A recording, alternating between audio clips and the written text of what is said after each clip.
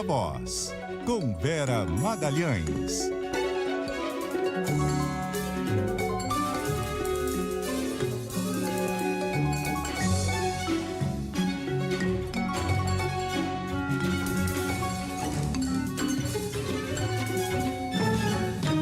Viva a Voz, Vera Magalhães, tudo bem? A gente deu um espaço aqui para os ouvintes, porque também você pediu um tempinho a mais, só por isso. Pedi, estava ali conversando com uma fonte, mas cheguei a tempo de ouvir as manifestações dos nossos ouvintes aí, Bocardi. Boa noite para você, para Carol, para todos eles. Boa noite.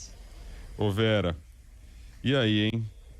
O Acef deu uma entrevista, ele não sabia do relógio, depois sabe do relógio. Eu abri o programa hoje falando isso, que a gente tá vendo aí cada transformação de posicionamento, né? Tem também o Mauro Cid lá no meio, o advogado do Mauro Cid, que agora diz que ele cumpria ordens, não fazia as coisas sozinho e tal. A história tá ficando aí enrolada pro Bolsonaro, hein? Pois é, acontece isso. Quando o cerco vai se fechando, os ratos vão abandonando o navio de alguma maneira, né, o Bocardi? E o perigo maior para o bolsonarismo hoje é esse, é cada um resolver defender o seu e começar a deixar as arestas aparecerem. Essa entrevista do Acef foi considerada um desastre no entorno mais próximo do ex-presidente, porque ele tinha dado aquela explicação marota antes. Lembra quando a gente conversou aqui que eu falei que o segredinho da explicação dele estava que ele não participou da venda de nenhum relógio? Então ele negava ter participado do esquema de venda do relógio. E o que ele está dizendo agora é que ele tomou a iniciativa de ir lá e comprar o relógio de volta, que conseguiu até um desconto, ainda se gabando de ser um bom negociador de alguma maneira, e não deixa claro como que o pedido para comprar o relógio chegou até ele. Ele quer desvincular a operação de resgate do relógio da ideia de se vender um bem que não poderia ser vendido. Então ele quer isolar as ações e negar que ele tenha tido qualquer participação no momento anterior, que seria um momento ali passível de você apontar crime, porque não poderia ser vendido um bem que era da União e que o Bolsonaro não poderia ter em seu poder. Então esse é o pulo do gato que ele está tentando dar aí, mas só que é uma explicação toda enrolada, como são sempre enroladas as explicações dele. Lembra da explicação dele para a presença do Fabrício Queiroz na sua casa em Atibaia, que levou até a Andréa Sadia a falar aquele clássico, mas ele chegou voando e entrou na sua casa? Como é que se deu? Porque ele nunca explica direito como esses favores que ele presta, a ponto de ser chamado de anjo, como esses favores se materializam. Ele disse que chegou ao conhecimento dele que o relógio que estava sendo procurado estava lá na Filadélfia, que ele tomou a decisão de comprar, mas aí logo em seguida disse que isso foi solicitado, que ele comprasse, que ele comprou, fez chegar ao Brasil e que aí depois ele não pode dar os detalhamentos de quem solicitou e tal. Só disse que não foi nem o Bolsonaro e nem o tenente-coronel Mauro Cid. Então vai ter de explicar na justiça, ele não vai ter como se desvencilhar disso. Ele já está no inquérito, já está implicado nesse caso. O Alexandre de Moraes, aliás, é o relator também desse caso específico, além de todos os outros casos do Bolsonaro. Então ele vai ter de se explicar para o ministro Alexandre de Moraes, para a Polícia Federal, qual foi essa participação, quem solicitou e como se deu a entrada dele nesse caso. Ele está querendo dizer que não tem nada de irregular nos recursos que ele usou para comprar o relógio, que não tem nada de bem público, que ele usou recursos dele para isso e que tem uma origem lícita e legal para esse dinheiro, que ele tem uma conta aberta no exterior e que, portanto, não cabe nenhum tipo de questionamento a respeito. Mas ele acabou se enrolando mais, abriu várias arestas para ser questionado. Vera, e tá cheio de fio desencapado nessa história, né? Como bem lembrou o Bocardi, agora o novo advogado do tenente-coronel Mauro Cid disse que ele estava cumprindo ordens, um claro sinal de que ele não está pretendendo matar no peito todas essas acusações, né? Claro sinal de que a maré mudou nesse caso, Carol. Ele é o principal fio desencapado hoje, porque está em todos os casos envolvendo o Bolsonaro, sem exceção, e com muita prova contra ele próprio. Então, para ele ter algum tipo de atenuante das condutas que são imputadas a ele e que tem para cada uma delas muitas provas, ele teria de delatar. teria de delatar alguém para cima dele. Portanto, delatar o Bolsonaro ou quem deu as ordens para que ele tomasse algumas dessas providências. Até aqui isso era um temor no entorno bolsonarista, mas não tinha nenhum indício de que ele pudesse caminhar para isso. Há o temor sempre de que alguém possa ser esse fio desencapado a fazer uma delação premiada. Já teve essa dúvida quanto ao Anderson Torres, ao Silvinei Vasquez, e agora ela recai sobre o tenente-coronel Mauro Cid, quando o advogado, que já é o terceiro a assumir essa causa, chega com esse discurso de que ele, como um bom militar, um militar que sempre teve notas altas, segue a obediência hierárquica. Foi essa a expressão que ele usou. Então, com isso, ele está querendo dizer que ele cumpriu ordens de alguém e que o Bolsonaro, e aí o cara cita o Bolsonaro especificamente, escolheu muito bem quem designar para essa função de ajudante de ordens, porque designou alguém que sabe cumprir ordens e que faz isso muito direitinho. Então, o recado está dado para quem quiser entender. Se for só um recado para ser socorrido de alguma maneira, esse recado vai chegar e as pessoas vão procurá-lo, porque a gente sabe que tem uma preocupação, um certo desespero no entorno bolsonarista e vamos ver se ele vai se tornar um réu colaborador ou se está só mandando recado à espera de algum outro tipo de acolhimento. E para completar o inferno astral desse caso, teve novidade agora no final, no caso do hacker, né? Porque, enfim, as coisas também andaram nesse caso e o hacker está disposto a continuar falando, vai implicar mais ainda. A deputada Carla Zambelli disse que ganhou mesmo 40 mil reais dela, ele deu um novo depoimento na Polícia Federal, então as coisas vão se agravando para o Bolsonaro e para o bolsonarismo e nessas múltiplas investigações que estão em curso. Qual foi o valor do relógio mesmo? Me ajuda a lembrar aqui. Tem isso? Teve um desconto, segundo o ACF, né? Era algo como... Não, porque 40 mil dólares e teria saído... Hã? Não, é porque é o seguinte, o pessoal está escrevendo aqui pra gente. Fran Abreu escreve, até conheço o Fran, escreveu aqui fazendo uma pergunta. Depois tem outra mensagem também aqui de um outro ouvinte dizendo assim, mas e a declaração? Ele fala assim, ele sai do Brasil com dólares para comprar, tem um limite que você precisa para sair, para entrar, 10 mil dólares. Se acima disso, você tem que declarar. É que ele diz que ele tem conta no exterior, né? Então, aí depois ele entra no Brasil e daí aqui no Brasil ele não declara a entrada do relógio? Declarou. Não, ele trocou 49 mil que ele disse que pagou. 49 mil. Então. Não, ele disse que tá certo.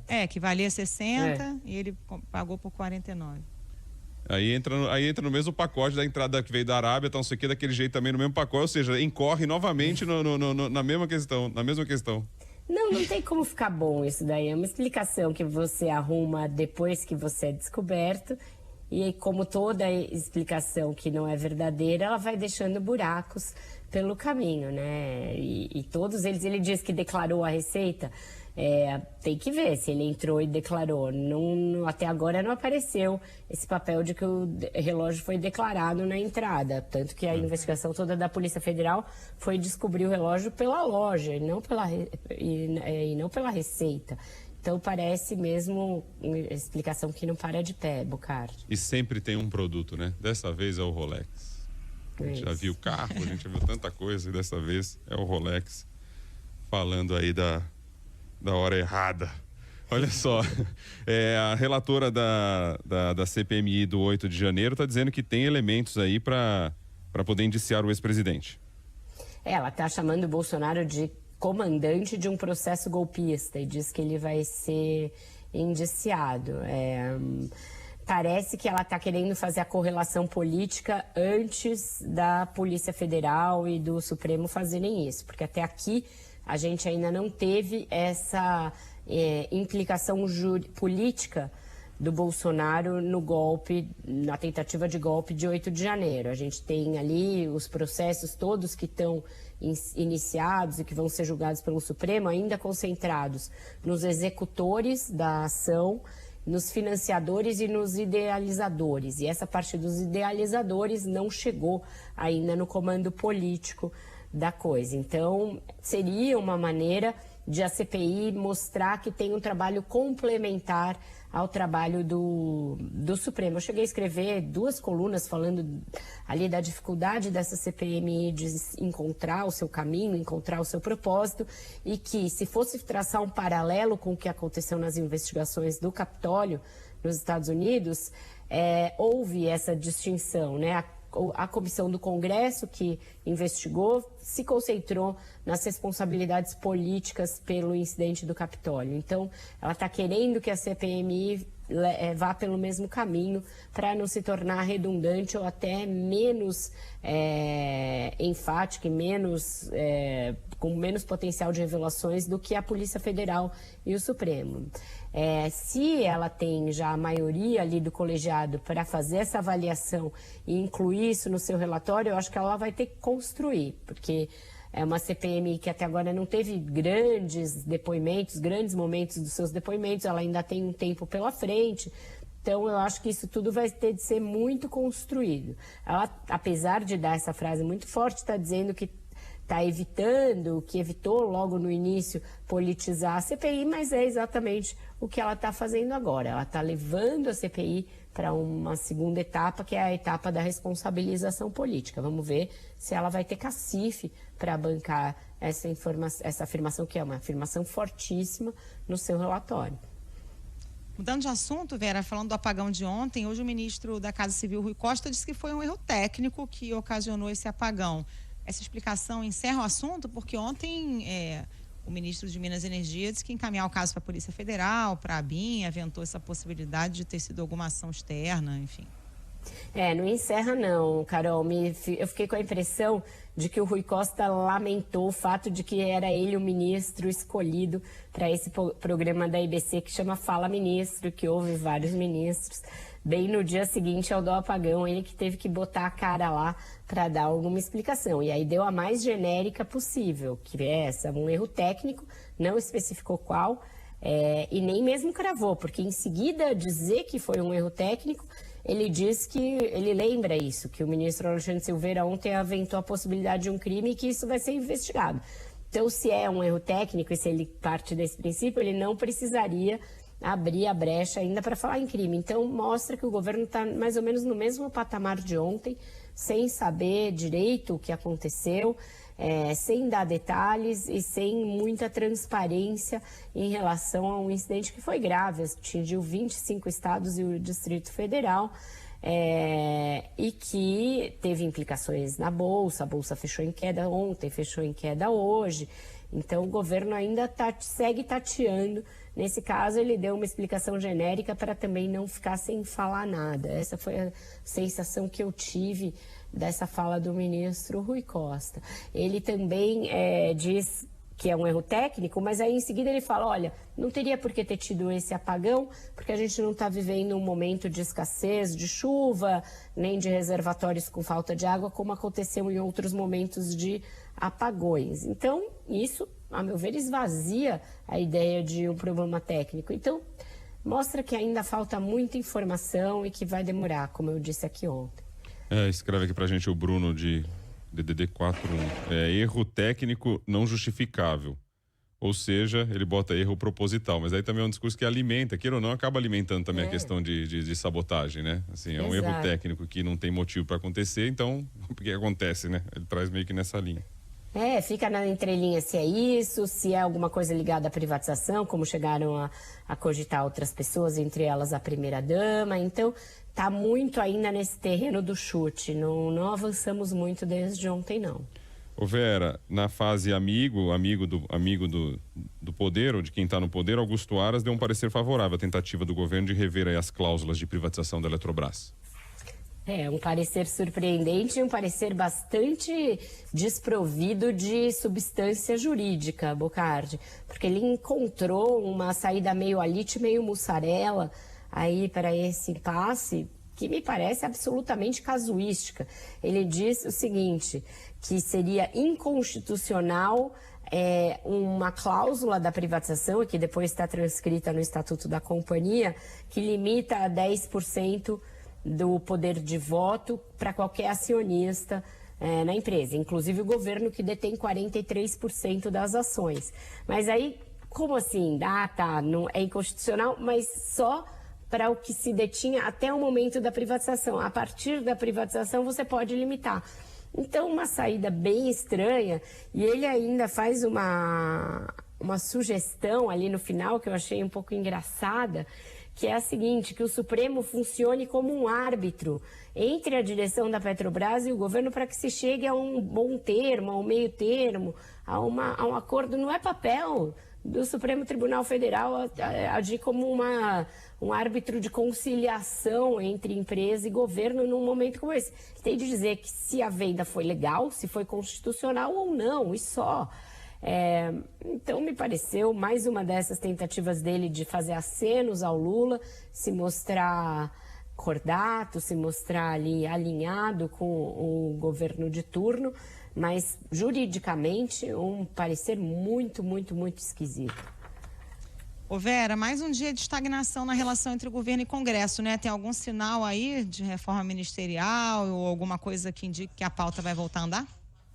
Olha, Carol, esse foi um assunto sobre o qual eu mais conversei hoje com pessoas, porque realmente está muito estagnado e vamos começar a assistir aquele corre-corre de quando o governo estava ali ainda patinando ali, meados de maio, abril, porque tem medida provisória que vai começar a caducar, e eu estava falando com um líder governista agora, lembrando que 3 MPs vão entrar nessa bacia das almas em que elas estão ameaçadas de caducar, então vão ser votadas em cima da hora pela Câmara, chegar no Senado já no limite do prazo para não caducarem, então isso mostra que voltou a ter uma bagunça, um desacerto na área política do governo, e o Lula que não sinaliza exatamente o que vai fazer. Eu apurei que ontem ele esteve com a cúpula do PT, esteve com a presidente do partido, Gleisi Hoffmann, com o líder Jacques Wagner, cogitando ali sobre como seria a reação do PT em caso de perda de espaço para abrigar outros partidos. Teria ouvido ali uma avaliação tranquilizadora da parte de ambos, de que ele dissesse o que ele pretende, mostrasse qual o caminho que ele quer, que o PT entenderia e concordaria e colaboraria com o governo. Mas nessa conversa o Lula não adiantou isso. Quais ministérios, quem perderia o lugar, quem entraria. Então fica sempre uma conversa pela metade, uma conversa que não avança. E nada indica que vá ter tempo hábil de desatar todos os nós até sexta-feira, como se cogitava. A gente está vivendo uma situação engraçada que me relataram, que os ministros começam a ser convidados para agendas nos estados, por parlamentares, frentes parlamentares, etc. E eles não respondem se vão porque não têm certeza se vão continuar no cargo até a data dos eventos. Então, tá uma coisa que a estagnação é da pauta legislativa e mesmo do trabalho dos ministros, que está ficando manietado por essa incerteza a respeito de se eles continuarão no cargo. Então, isso deveria ser resolvido de uma vez.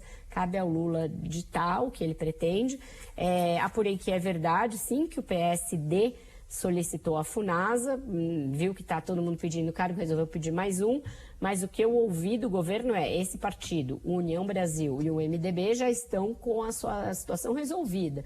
A reforma é para abrigar PP e republicanos e não venham pedir mais coisas que já estão contemplados. Então, bem complicada essa situação, vai levar um tempinho ainda, não acredito que com o grau de indefinição que existe seja possível definir algo até sexta-feira. E apesar de tudo isso, você escreveu na sua coluna hoje, dizendo que o governo está deixando de aproveitar um bom momento, apesar de tudo isso, né? Porque tem pesquisa mostrando melhor na avaliação do Lula. O Lula vem desse bom... A economia vem de um bom momento, isso se refletiu na avaliação do Lula, como está na pesquisa Quest que saiu hoje. O governo melhorou em todas as regiões, melhorou em todas as faixas de renda, melhorou entre os evangélicos, que era um calcanhar de Aquiles bem pesado. Então, é um governo aprovado por 60% da população.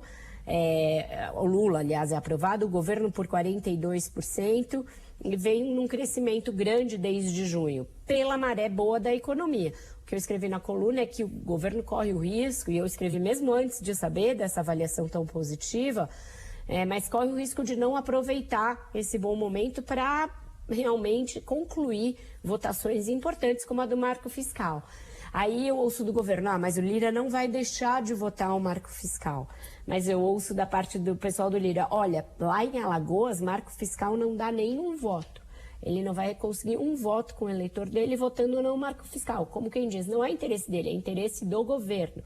Então esse jogo para ver quem faz o aceno primeiro entre o Lira e o Lula pode custar ao governo a perda do timing de concluir essas votações e de ficar tendo de lidar com as coisas nesse afogadilho. MP que vai caducar, marco fiscal que tem mais 3 semanas só para ser votado, a tempo de se poder mandar o orçamento com base nele. Então, é um bom momento na economia, os juros começaram a baixar, a inflação estava em queda, mas essa semana as notícias não foram tão boas assim. Apagão, aumento de preço de combustível e essa indefinição na relação com o Congresso.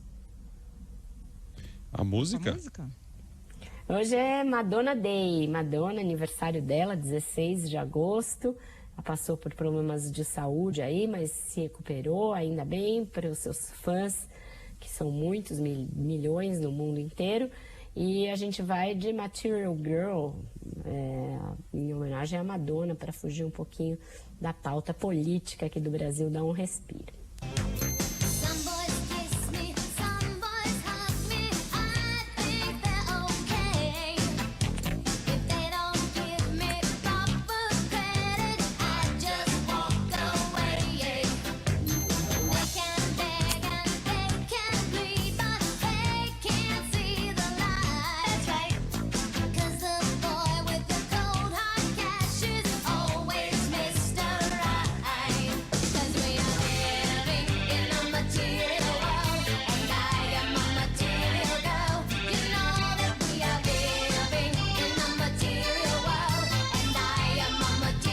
É isso, Vera Magalhães, viva a voz. E aí, pra fechar, parabéns Madonna. E pra fechar, o Osmar de Ponta Grossa, no Paraná, diz que a história escreveu aqui pra gente que essa história do relógio aí tá muito em Rolex. Em Rolex.